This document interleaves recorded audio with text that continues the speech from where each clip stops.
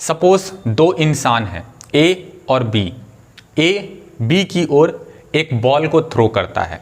इसकी वजह से दोनों के बीच में एक मोमेंटम का ट्रांसफ़र होता है और यही मोमेंटम का ट्रांसफ़र फोर्स को जन्म देता है।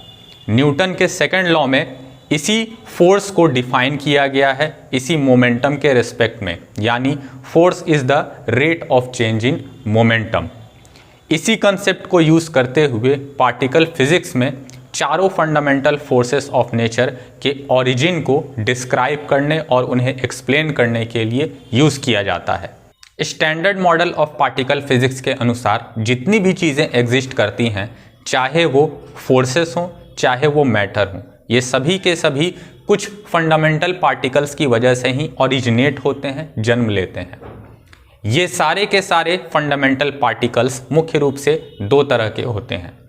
पहला फर्मियॉन्स जो कि मैटर को जन्म देते हैं और दूसरा बोसॉन्स जो कि सभी के सभी चार फंडामेंटल फोर्सेस के लिए रिस्पॉन्सिबल होते हैं।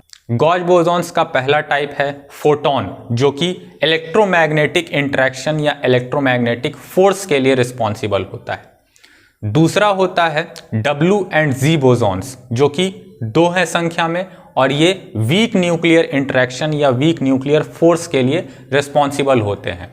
और तीसरा या हम एक तरह से कहें कि चौथा जो है वो होता है ग्लूऑन जो कि स्ट्रॉन्ग न्यूक्लियर इंटरेक्शन या स्ट्रॉन्ग न्यूक्लियर फोर्स या क्वार्क क्वार्क इंटरेक्शन जो होता है उसके लिए रिस्पॉन्सिबल होता है। तो स्टैंडर्ड मॉडल चार फंडामेंटल फोर्सेस में से तीन को डिस्क्राइब करता है, उनके ओरिजिन को एक्सप्लेन करता है, लेकिन जो चौथा फोर्स यानी ग्रेविटेशन है वो पार्टिकल फिजिक्स में चूंकि इंक्लूडेड नहीं है, लेकिन फिर भी ऐसा माना जाता है कि ग्रेविटेशन जो कि एक फोर्स है इसके लिए एक हाइपोथेटिकल पार्टिकल जिसका नाम ग्रेविटॉन दिया गया है वो रिस्पॉन्सिबल है। हालांकि इस पार्टिकल को अभी तक कहीं भी एक्सपेरिमेंटली ऑब्जर्व नहीं किया गया है, जबकि बाकी सारे के सारे जितने भी फोर्सेस फंडामेंटल फोर्सेस हैं उनके लिए जो पार्टिकल्स रिस्पॉन्सिबल हैं उन्हें थ्योरेटिकली भी डिटरमाइन किया जा चुका है और साथ में उन्हें प्रैक्टिकली एक्सपेरिमेंटली ऑब्जर्व भी किया जा चुका है।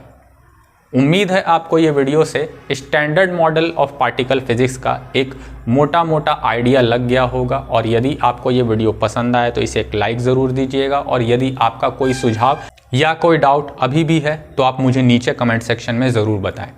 अगली वीडियो में मिलते हैं किसी और नए टॉपिक के साथ, तब तक के लिए नमस्कार, जय हिंद, जय भारत।